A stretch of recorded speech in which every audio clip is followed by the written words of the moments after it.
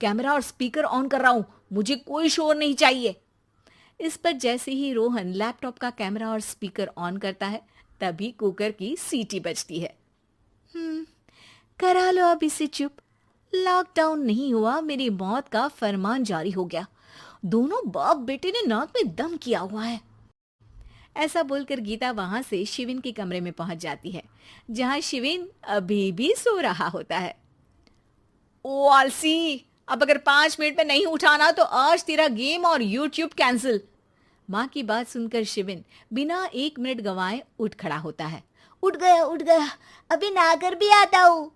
ये नाटक कहीं और, मुंह पर गीला कपड़ा मार और पढ़ने बैठ। शिविन की ऑनलाइन क्लास स्टार्ट हो जाती है, जिस पर गीता उसे वहां बिठाकर रसोई में चली जाती है। थोड़ी देर में उसे कमरे से कुछ आवाज सुनाई देती है, जिसे सुनकर वो कमरे में वापस आती है। हाय राम, तुझे क्लास अटेंड करने के लिए बोला था, कैमरा ऑफ करके बिस्तर पर नाचने के लिए नहीं बोला था। मम्मी मुझे कुछ समझ नहीं आ रहा, आप बाद में पढ़ा देना ना, वैसे भी अटेंडेंस तो लगी गई है। हाँ हाँ बेटा, जरूर बन जा, तू अभी से हम सबका बाप बन जा। अरे नहीं मतलब कहाँ से लाते हो इतना दिमाग, और पढ़ाई करते हुए ये चला कहाँ जाता है। नाइस क्वेश्चन, दिमाग से पूछकर बता दूंगा। शिविन की बातों से परेशान होकर गीता उसे मारने के लिए जैसे ही आगे बढ़ती है, तभी वो कमरे से बाहर भाग जाता है। अब शिविन आगे आगे और गीता हाथ में चप्पल पकड़े उसके पीछे पीछे पूरे घर में दोनों घूम रहे होते हैं। इसी बीच वो रोहन के पास पहुंच जाता है और शिविन को मारने वाली चप्पल रोहन के लैपटॉप पर जाकर गिरती है। ओए माँ! मम्मी, अब पापा को चप्पल मार रही हो?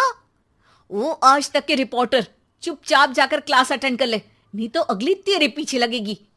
इस पर शिविन वहां से चला जाता है, जिसके बाद रोहन गीता से कहता है, इस सर्कस के लिए कुछ बोलना चाहोगी? अरे क्या करूं, जब से तुम दोनों घर में रहने लगे हो, घर अपने आप ही सर्कस बन गया है और मैं तुम्हारी नौकर। कभी बेटी को संभालो तो कभी बाप के नखरे उठाओ। इन्हीं सब उथल पुथल में दिन बीतते रहते हैं, जिसमें हर रोज घर के अंदर कुछ नया सियप्पा खड़ा मिलता है, जो ज्यादातर शिविन और रोहन के ऑनलाइन स्कूल और ऑफिस से रिलेटेड ही होता है। एक सुबह, शिविन चल उठ, आज की क्लास जल्दी है। कैमरा ऑफ करके आप अटेंड कर लो। अरे ऐसे छित्तर पड़ेंगे, दादी नानी सब एक साथ याद आ जाएंगी।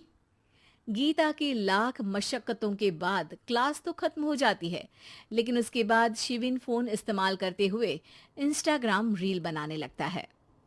रसोड़े में कौन था? तुम थी, मैं थी, कौन था? कौन था? हाँ, मैं गरीब हूँ। अरे ओ गरीब के बेटे, आजा, मैं बनाती हूँ तुझे गरीब। मैं बताती हूँ रसोड़े में कौन था। पढ़ाई करने बोलो तो इनकी माँ मर जाती है, और ये पागलपंतियां जितनी मर्जी करा लो। गीता शिविन को डांट रही होती है, तभी रोहन बीच में बोल पड़ता है। अरे बच्चा ही तो है, इतना गुस्सा क्यों कर रही हो? बेटे का साथ देने की इसी एक कोशिश में अब शिविन के साथ साथ रोहन भी गीता के गुस्से की सूली पर चढ़ जाता है।